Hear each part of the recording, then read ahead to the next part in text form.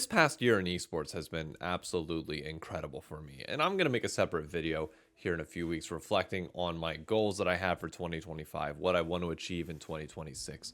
But there was a moment this past month that made me reflect on a lot, and I wanted to share a message with you all that I think many need to hear, especially as I've gotten more and more questions from people about, like, hey, how do I get more involved with North American esports, League of Legends? I've received emails about the North American tag team thing that I'm trying to get going. Like, there's a lot of people that want to get involved. And there's a precautionary tale that I think everybody should hear before you make the choice to try and work your way into esports in some capacity. This comes off the shoulders of the League Awards, which happened, I don't know when this video is going to get released, but probably less than a month ago, where I made the choice not to go out to Munich, Germany for the awards after receiving a nomination, and people legitimately were like, what are you doing? Like, I hate to say it, but like, it's Thanksgiving. You'll have many more Thanksgivings with family. You gotta go to this type of thing. You're blowing up this year. You don't know if you're gonna have another year like this. And while I get those points are coming from a genuine place of not concern, but like wanting me to succeed and continue to grow in the space,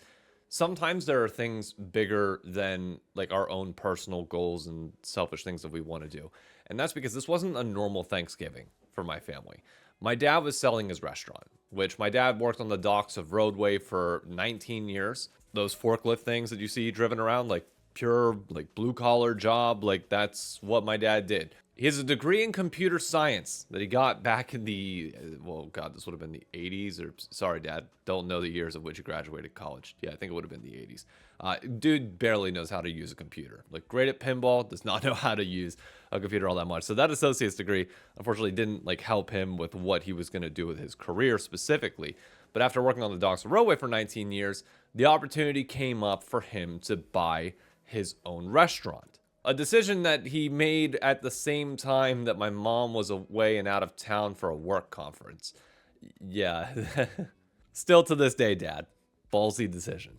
But his goal was that he always wanted to work for himself. He always wanted to build something from scratch, from the ground up. Sound familiar, folks, in esports? Yeah. There's a lot of transferable things in life. But that journey began, and now after nearly 20 years of owning what's now Big Bottom Brewery, which started as Al's Pizza, they have officially filed for bankruptcy as the economy has taken a downturn. Now, this could possibly change. I might have to re-edit this. They could find a buyer for the restaurant because I know they were looking to find a buyer before they filed. But the biggest thing is they just wanted out. So me going home during this past Thanksgiving was basically kind of a mini retirement party for my dad. It was the end of an era. I mean, this place was the spot where I had my first job. I was working since I was in my young teens at this place, learning to cook, taking orders, dealing with customer service. For those of you that have never had a customer service job a day in your life, humble yourself and get one. Trust me, you will learn a lot about the day-to-day grind of work and also people management, which is just its whole own thing. And I just got off the phone with my dad, which was the spark for this conversation. And apparently he had many people reach out to him who also owned restaurants in the area, because obviously whenever you own your own, like, you get to know the other people around you, not necessarily as competition, but just like these are the people that are also in it with you. They share a similar experience. They're able to relate to the things that you are going through that most others don't have to. And they all reached out to him with the exact same message. Congratulations.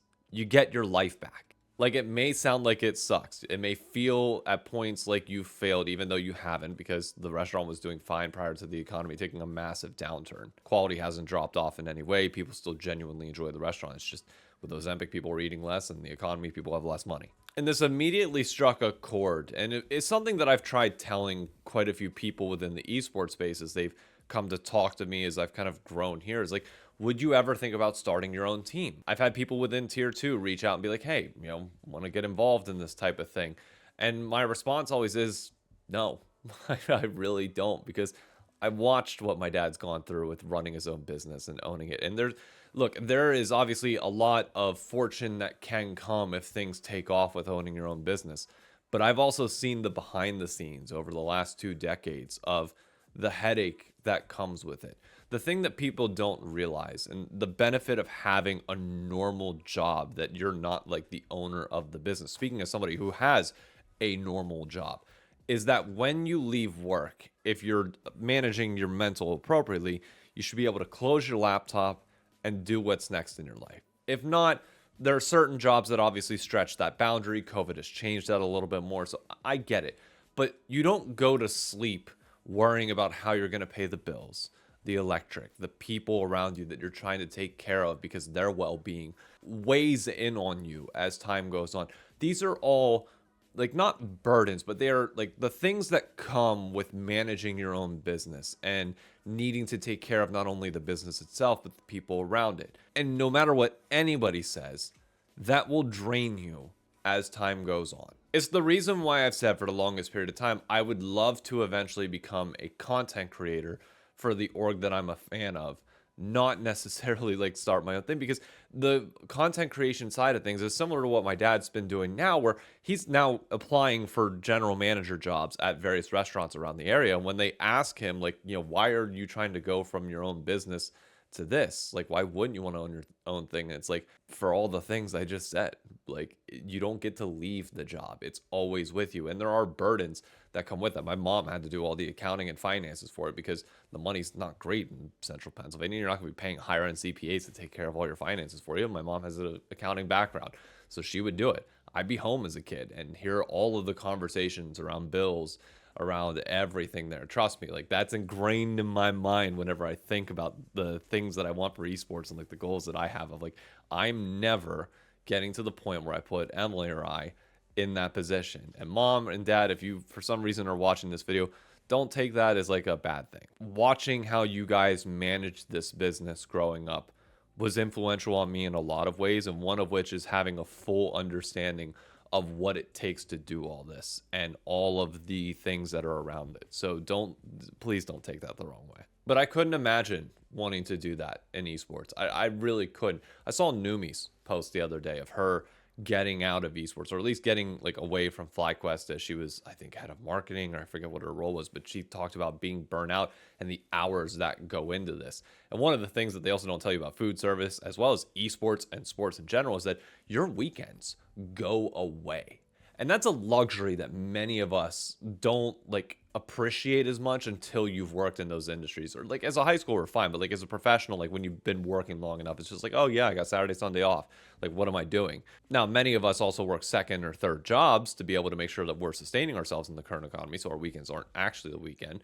But there are many that also don't have that, and you just get to naturally go out. Those are the people that attend the football games on Sundays and Saturdays and beyond. And like, those are the people that we are catering to as a service industry. But just getting things like that back are so big for your mental health.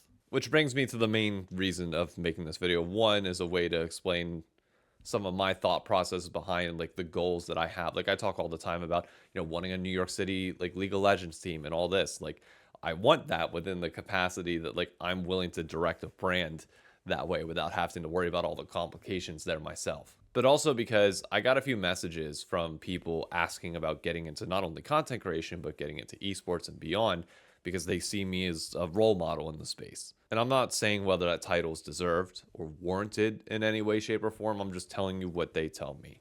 And I'll be honest with you all. Like, content is growing for me. Like, I've put in the work, and it's got to the point where now this is a 5-figure income on ad revenue alone, which is great because it helps pay for Coco's medical bills, which have been out. Well, Coco and Luna, both of their medical bills have pretty much taken like, that's what content has paid for the entirety of the last 2 years. So thank you all for your support. You help keep my dogs healthy. Don't quite know what I would have done had I not laid the foundation for this years ago for all this to somehow happen. The intent was for me to use that money and reinvest it into content, go to like TwitchCon, to VidCon, those types of things. But the reality is, family comes first. And if that's where the money needs to go, that's where the money needs to go.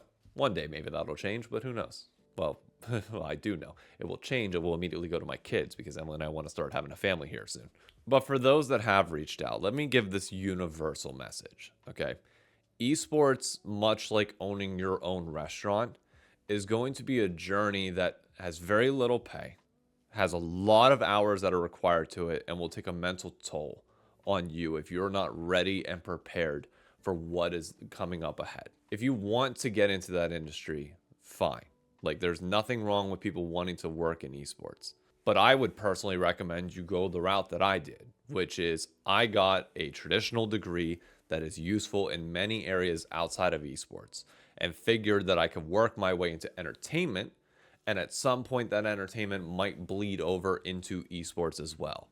And that was always the goal. And that's kind of exactly what ended up happening. Like, I work for a massive media company now, doing the finance side of things, and worked on my on-camera personality and talent as things happen with TikTok and YouTube and develop from here. I do all of this on top of a 40-hour-a-week job. I film all of my TikToks whenever I'm commuting to work, or if I'm working from home on the day, I'll film it here at my desk real quick. I've simplified everything to the point where I can film, edit, and get everything posted in about 6 or 7 minutes tops, which allows me the flexibility to pretty much film anywhere. I have a mic that can go with me. That was one of the first things I bought with the money that I started getting from TikTok. So I have this for here. I have a second one of these I can film around the house, and then I have like that portable one that you see me carry all the time.